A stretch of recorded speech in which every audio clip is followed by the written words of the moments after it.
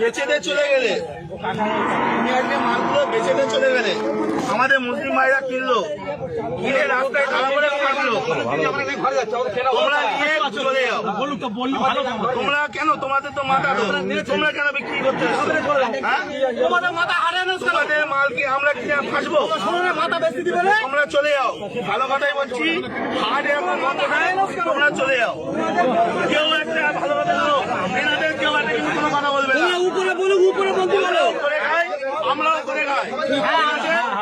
এখন কথা হচ্ছে ওনাদের মাথা, ওনারা বেচে দিচ্ছে, আমাদের মুসলিম ভাইরা কিনছে, কিনে ফেসে যাচ্ছে, ওনারা টাকা টেনে বাড়ি চলে যাচ্ছে, আর কিন্তু ওনার সমস্যা নেই।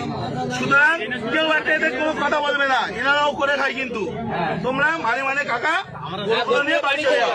সরকার যতক্ষণ না নির্দেশ দিচ্ছে কি হবে, কেউ কোনো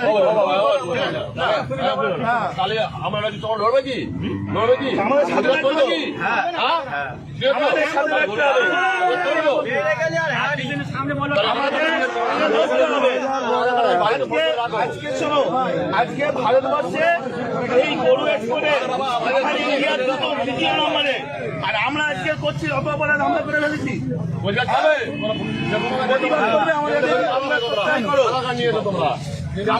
আমাদের সাথে প্রতিবাদ করলে থাকো, না হলে দেখো না।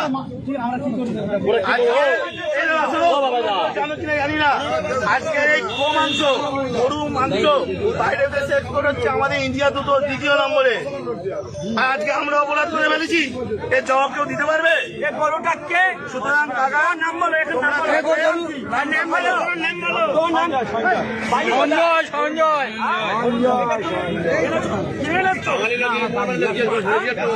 14 বছর বয়স হয়েছে, এটা 14 বছর বয়স হয়েছে, তুমি এই কাজটা করলে কেন? তোমার কালকে তো ঘটনা হচ্ছে আমরা